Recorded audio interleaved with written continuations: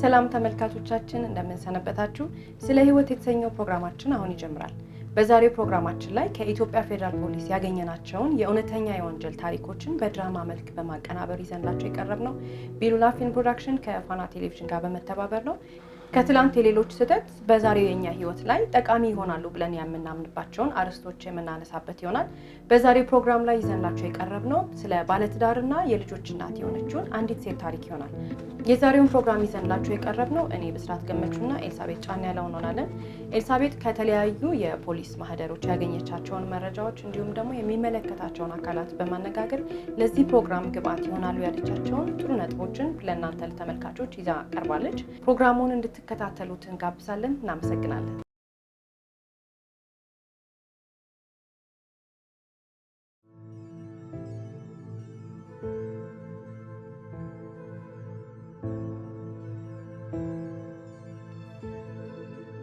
ከጥቂት 10 ዓመታት በፊት አቶ መላኩና ወይዘሮ ስንዱ በፍቅር በደመቀ ትዳር ይኖሩ ነበር።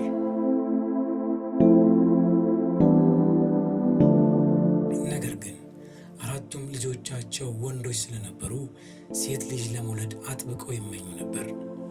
በመጨረሻም ተስፋ በቆረጡበት ወቅት ኤልሳን አገኙ። ኤልሳም በወላጆቿና በወንድሞቿ ተወዳጅ ልጅ ነበረች። ለቤቱ ብርቅ እንደሆነች በቤተሰቦቿ ከፍተኛ እንክብካቤ እያደገች መጣች።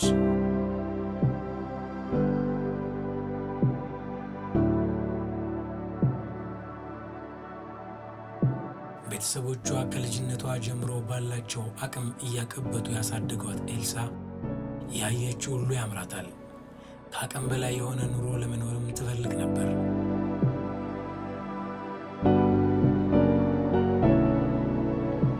ይህን አቅም ያላገናዘበ ፍላጎቷን እንደ ልጅነት እንጂ እንደ ጎጂ ልማድ ያየው ማንም አልነበረም። አልፎ አልፎም ኤልሳ ቅብጠትና አጉል ባህሪያት በምታሳይበት ጊዜ በቁጣና በተግሳጽ ለማስተካከል ይሞክሩ ነበር።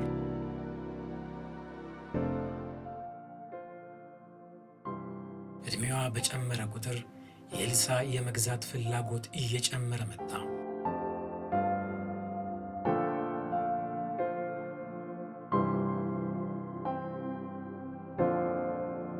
ሆኖም የእሷ ፍላጎትና የቤተሰቧ ገቢ ፈጽሞ ያልተመጣጠነ ነበር።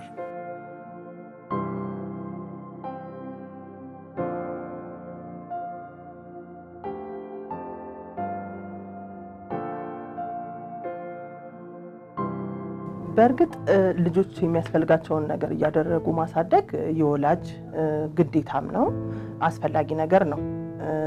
ነገር ግን እውነተኛው ዓለም ላይ ያለውንም ነገር እያሳወቁ ደግሞ ማሳደግ የግድ ይለናል። ምክንያቱም እነዚህ ልጆች ሰው ስለፈለገ ብቻ የሚደረግለት እንደሆነ እያመኑ ካደጉ በኋላ ላይ ሌላ መዘዝ ያመጣል። በኑሯቸው መመራት ባላቸው መጠንና አቅም መመራት የማይችሉ ልጆች አድርገን ነው የምናሳድጋቸው። ቤተሰብ የሰጣቸውን ይዘው ስለሚያድጉ ቤተሰብ ደግሞ ከመንገርም በተጨማሪ በድርጊት እያሳየ ቢያሳድጋቸው ልጆችም ሆነ ማንም ሰው ከቃል ከሚሰማው ድርጊትን እያመነ ስለሚያድግ በዛ መንገድ እያሳወቅን እየኮተኮትን ብናሳድጋቸው ጥሩ ነገር ይሆናል።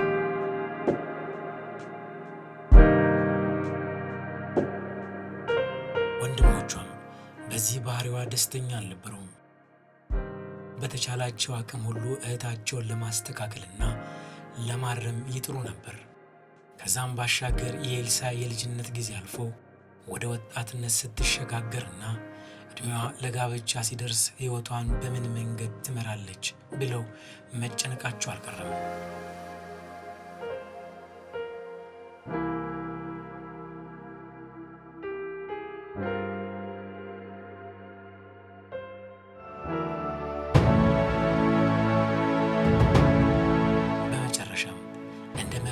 በዕድሜ ከእሷ ከፍ ላልና ለበሰለ ሰው መዳር እንዳለባት አስቡ።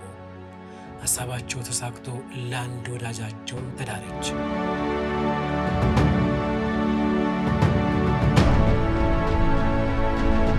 በቤተሰቡ በወረሰው ቤት ውስጥ ከኤልሳ ጋር ትዳር የመሰረተው በልሆ በትዳሩ ደስተኛ ነበር።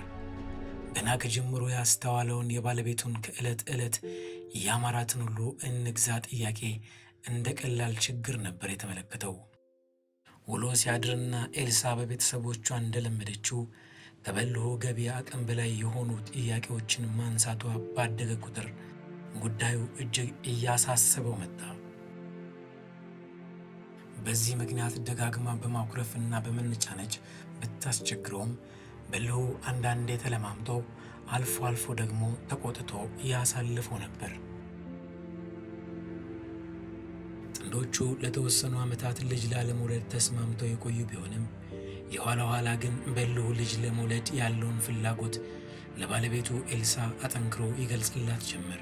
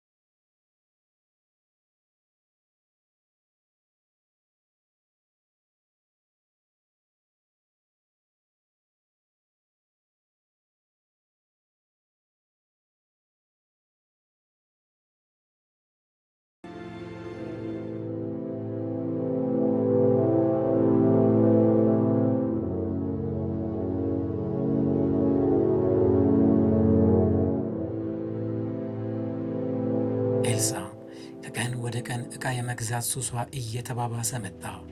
ከጎረቤቶቿ፣ ከሥራ ባልደረቦቿና ከወዳጅ ዘመዶቿ መበደርን የየዕለት ተግባሯ አደረገችው።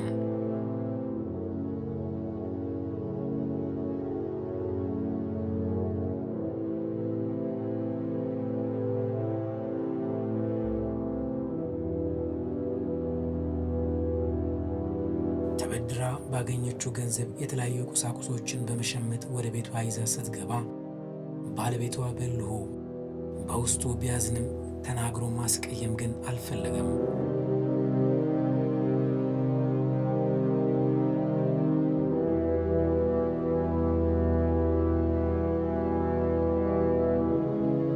የተበደረችው የገንዘብ መጠን ከፍ እያለ ሲመጣ ግን በልሁ በግልጽ ይቃወማት ጀመር።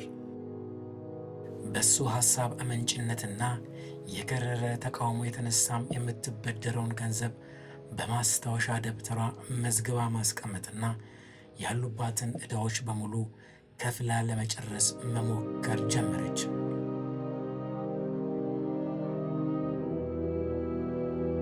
ሆኖም የመበደር ሱሷ የበረታባት ኤልሳ ባሏ የማያውቃቸው ሌሎች ተጨማሪ ብድሮች ውስጥ መዘፈቋን ቀጥላለች። የባሏን ተቃውሞ ላለመስማት ስትልም በልሁ ከሚያውቀው የዕዳ መመዝገቢያ ደብተር ሌላ ከሱ ሸሽጋ የተበደረችውን ገንዘብ መጠን የምትጽፍበት ስውር የዕዳ መመዝገቢያ አዘጋጀች።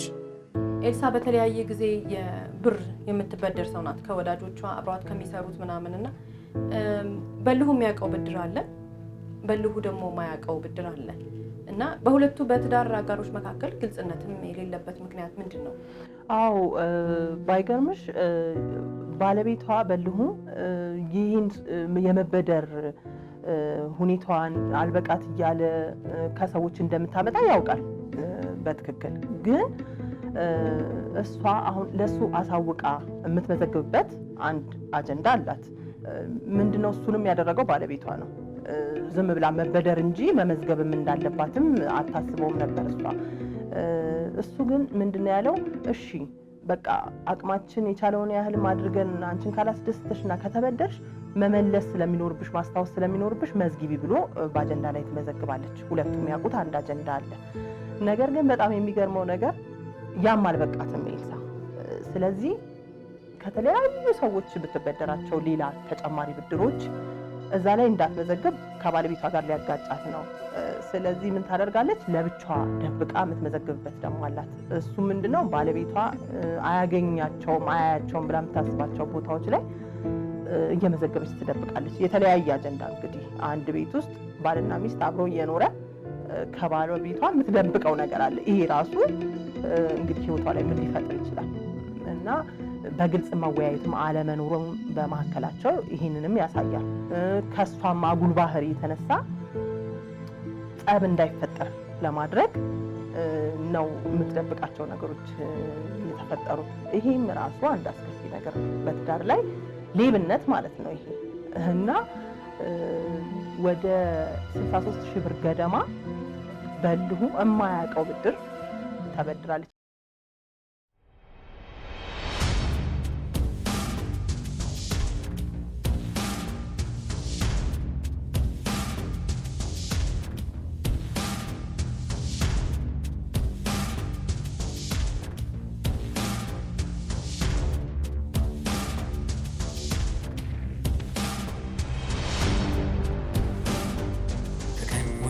የዕዳው መጠን ከፍ እያለ ኤልሳ ለመክፈል ከምትችለው በላይ ሆነ። ገንዘብ ያበደሯት ሰዎችም ገንዘባቸውን እመልሳለሁ ያለችበት ቀን በማለፉ ስልክ በመደወልና በአካል ቤት ድረስ በመምጣት ገንዘባቸውን እንድትመልስ ይጠይቋት ጀመር። ከዚህ ጭንቀት ለመውጣት ከአንዱ ተበድራ ለሌላው መክፈልን ጊዜያዊ መፍትሄ አድርጋ አበዳሪዎቿን በመቀያየር ለጊዜው እፎይ አለች። የዕዳዋ መጠን ያለ ልክ እየጨመረ የመጣ ቢሆንም ተጨማሪ ገንዘብ የሚያበድራት ስታገኝ ግን ሁሌም ከመበደር ወደ ኋላ አትልም። እየተበደረች ለራሷ፣ ለቤተሰቦቿ እንዲሁም ለቤቷ የተለያዩ ቁሳቁሶችን በመግዛት ገንዘቡን ታጠፋዋለች። ባለቤቷ በዚህ ድርጊቷ ከመከፋትም አልፎ ደጋግሞ ቢቆጣትም እሷ ግን ልትመለስ አልቻለችም። ጆሮ ለባለቤቱ ባዳ ነው እንደሚባለው በልሁ በገዛ ቤቱ የገዛ ሚስቱ ከሚያውቀው ሌላ ብዙ ተጨማሪ ገንዘብ እየተበደረች እንደሆነ በጭራሽ አያውቅም። ከተወሰኑ ጊዜያት በኋላ ለኤልሳ ገንዘብ ያበደሯት ሰዎች ገንዘባቸው በጊዜው ስላልተመለሰላቸው ትዕግስታቸው አልቆ በቁጣ ተሞልተው አንዳንዶቹም ጉዳዩን ለበሉ በመንገር ገንዘባቸውን ከሱ ተቀበሉ። የተወሰነውን ሲከፍል ቆይቶ ሁኔታው ከአቅሙ በላይ የሆነበት በልሁ ቤተሰቦቿን በሙሉ ሰብስቦ ስለ ዕዳው ነገራቸው። ቤተሰቦቿም ኤልሳ ያለባትን ዕዳ ብዛትና ለመክፈልም ጥንዶቹ አቅም እንደሌላቸው በመረዳት ሁሉም መዋጮ አድርገው ዕዳውን ሙሉ በሙሉ ቢከፍሉም የተከፈለው ግን በልሁ የሚያውቀው ዕዳ ብቻ ነበር። በጥንዶች ትዳር ውስጥ ግልጽነት ጠፍቶ ግለኝነት ማንዣበቡ አሁንም ቤተሰቡን ከዕዳ እንዳይወጣ አደረገው። ኤልሳ ጨክና ሚስጥር ያደረገችውን ዕዳዋን ባለመናገሯ ከዕዳ ነፃ ለመሆን ያገኘችውን ዕድል አባከነች። ወይንም በልሁ ከሚያውቀው ብር ውጪ እቺ ሴት 63,000 ብር ተበድራለች። የወር ገቢያቸው የሁለቱ ተደምሮ ወደ 10,000 ብር አካባቢ ነው። 10,000 ብርም አይሞላ የሁለቱ የወር ገቢ ሲደመር እንግዲህ ማሰብ ነው። ያ ገቢ እንግዲህ 10,000 ብር እንኳን ብለን ብንይዘው ልጆች አሉ፣ የልጆች ትምህርት ቤት አለ፣ ቀለብ አለ፣ የተለያዩ ወጪዎች አሉ፣ አስፈላጊ የሚባሉ የመብራት የውሃ የምንላቸው ዋና ነገሮች አሉ። እንግዲህ ትራንስፖርት አለ። እነሱን ሲደረግ ምን ያህል ብር ናት ልተርፋት የምትችለው? 63,000 ብሩንም በፍጹም ለመክፈል ትንሽ ያስቸግራል። እንዴት አድርጋ ትከፍለዋለች? እንግዲህ ይሄ ነው ገቢና ወጪን አለማመጣጠን የሚባለው ትልቁ ችግር የተፈጠረው እንግዲህ እዚህ ጋር ነው። ኤልሳ እንደተበደረች የተናገረችው የገንዘብ መጠን ጥቂቱን ብቻ ነበር። ከበልሁ ሸሽጋ የተበደረችው ዕዳ ግን አሁንም አልተከፈለም። ዕዳው ስለመኖሩ እንኳን ከራሷ ከኤልሳ በቀር ባሏም ሆነ ማንም የቤተሰቦቿ አባል አያውቅም። ኤልሳ ለጥቂት ቀናት ከአበዳሪዎቿ ጭቅጭቅ እፎይታን አግኝታ ብትቆይም ገንዘባቸው ያልተከፈላቸው ሌሎች አበዳሪዎቿ ገንዘባቸውን እንድትመልስላቸው በመጠየቅ ያስጨንቋት ጀመር። በዚህ ጊዜ የመጣባት ጥያቄ ባለቤቷ በልሁ የሚያውቀው ስለሆነ በጭንቀት ተውጣ መሬት ተከፍታ ብትውጣት ተመኘች። የአበዳሪዎቿ ጥያቄ ያስጨንቃት ኤልሳ ካበደሯት ወዳጆቿ መካከል አንዷ የሆነችው ሴት ቤቷ ድረስ መጣች። ይህኔ የምታደርገው ግራ ገብቷት ያላትን ገንዘብ ሰብስባና ከቤት ሠራተኛዋ ተበድራ በመክፈል ሸኘቻት። በልሁ ይህን ሳይሰማ በመገላገሏም ሊወጣት የነበረው ጭንቀቷ መለስ ብሎላታል። ሆኖም ገና ያልተመለሱ ብዙ ዕዳዎች አሉባት። ኤልሳ የዕዳዋ መጠን ከፍተኛ በመሆኑ ከአንዱ ወስዳ ለሌላው መክፈሏ ከጭንቀት አላዳናትም። አንድ የሆነ መንገድ ፈልጋ ባሏ ሳይሰማ ዕዳዎቿን ለመክፈል አስባለች። ሆኖም ያ መንገድ የየትኛው እንደሆነ ግን አታውቅም። ኤልሳ ቀኖቿን በሰቀቀን እያሳለፈች ሕይወቷን፣ ትዳሯን በብድር እየተናወጠ ለወራት ቆየች። ምንድን ያደረገችው? ከዛ ሰርቃ እነዚህን ሰዎች ዝም ማስባል ነው ያሰበችው። ስለዚህ ከምትሰራበት የማረሚያ ቤት ገንዘብ ያዥ ናት። ከዛ ነው እንግዲህ የማረሚያ ቤት ገንዘብ ያዥ ማለት ደግሞ በየቀኑ ታራሚዎች ምን ወንጀል እየሰሩ እየመጡ በምን አይነት ሁኔታ እንደሚሆኑ እንዴት በእስር ላይ እንደሚቆዩ ያ ሁሉ ነገር የምታውቅ ሰው ሆና ስርቆት ውስጥ ወንጀል ውስጥ ትገባለች ብሎ ማንም አያስብም። በጥቂት ወራት የተበደረችው የገንዘብ ብዛት በማይታመን ፍጥነት አድጎ ያለባት ዕዳ ከ63,000 ብር በላይ የሆነባት ኤልሳ አሁን ግን በአጭር ጊዜ ውስጥ በፍጥነት ዕዳዋን እየከፈለች መጣች። ባለ ዕዳዎቿ ቤቷን ሲጎበኙ ትሳቀቅና ትጨነቅ የነበረችው ኤልሳ በማይጠበቅና በማይገመት ሁኔታ ምንጩ ያልታወቀ ገንዘብ በማግኘቷ ላበደሯት ግለሰቦች፣ ሱቆችና ቤቶች ያለ ጭንቀት በመዘዋወር ዕዳዎቿን አንድ በአንድ ከፍላ አጠናቀቀች። በልሁ ግን መበደሯን እንዳላወቀ ሁሉ ዕዳዋን ከፍላ እንደጨረሰችም አያውቅም።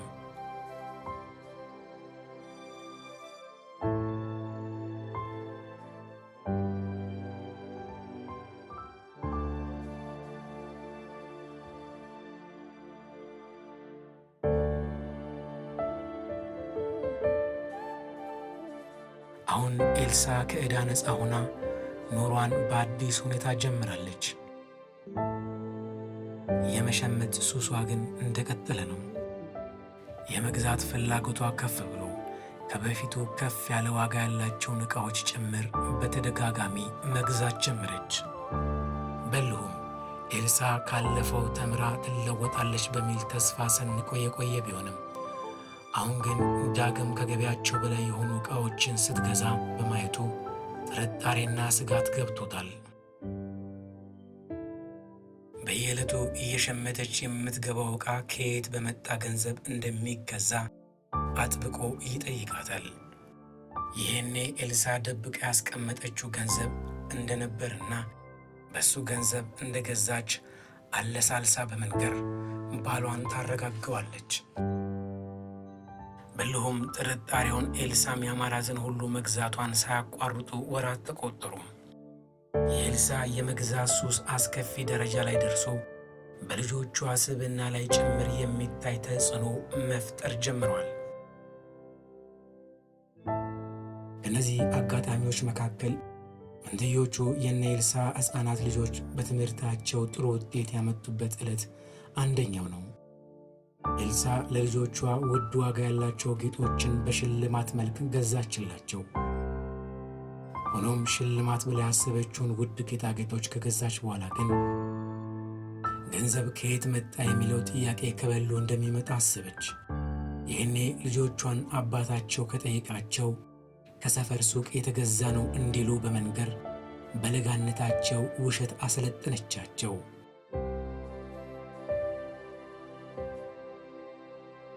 እንዲህ ያደረገችውም በልሁ በርካሽ የተገዛ ስጦታ ነው ብሎ እንዲያምን በማሰብ ነው። እንዳሰበችው ተሳክቶላት ከበልሁ ቁጣ መለጠች።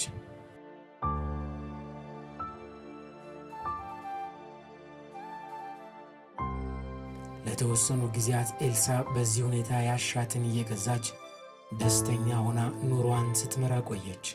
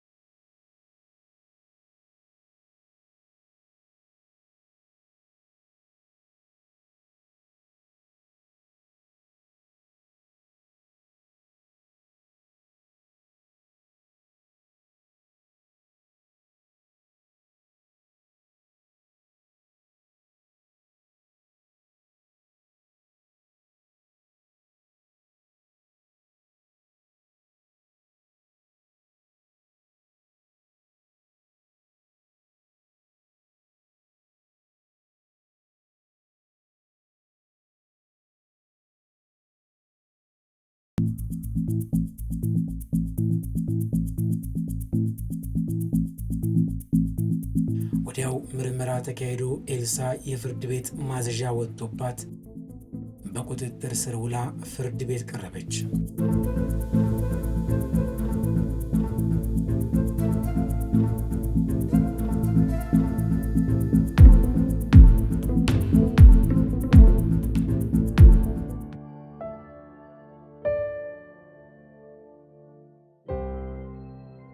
ላጠፋችው ጥፋትም ተመጣጣኝ የእስር ፍርድ ተፈረደባት።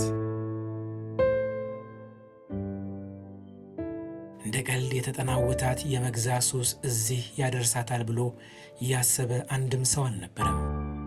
በልሁ ልጆቹን በብቸኝነት እንዲያሳድግ ከመገደዱም በላይ ኤልሳ ያጎደለችውን የመንግሥት ገንዘብ ለመክፈል የመኖሪያ ቤታቸው በፍርድ ቤት ትዕዛዝ በሐራጅ ለጨረታ ቀርቦ እንዲሸጥ ተደረገ።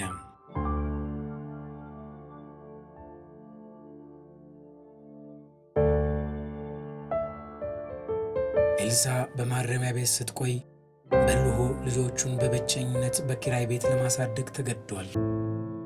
አዎ ያው ኤልሳ ባለትዳር ናት፣ ልጆች አሏት። ስለዚህ መጀመሪያ ራሷን ነው የጎዳችው። ግን ራሷን ብቻ ጎድታ እንኳን ችግሩ የሚቆም ቢሆን ኖሮ እሷ ተምራ ትወጣለች ልንል እንችላለን። ነገር ግን እያንዳንዱ ሰው ራሱን ከመጉዳት አልፎ ቤተሰቡን ይጎዳል ወንጀል ውስጥ ሲገባ ማለት ነው። እሷ አሁን ማንን ላይ ነው ጉዳት ያደረሰችው? ከራሷ አልፎ ልጆቿ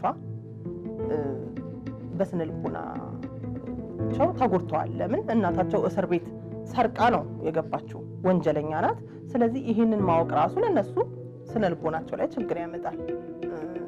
ሁለተኛው ነገር ባለቤቷ ላይ ጫራሪ የተፈጠረበት የእሷ መታሰር፣ ባለቤቱን ማጣቱ፣ እሷ በመታረሚያ ቤት እስከምትቆይ ድረስ እሱ ብቻውን መኖር አለ።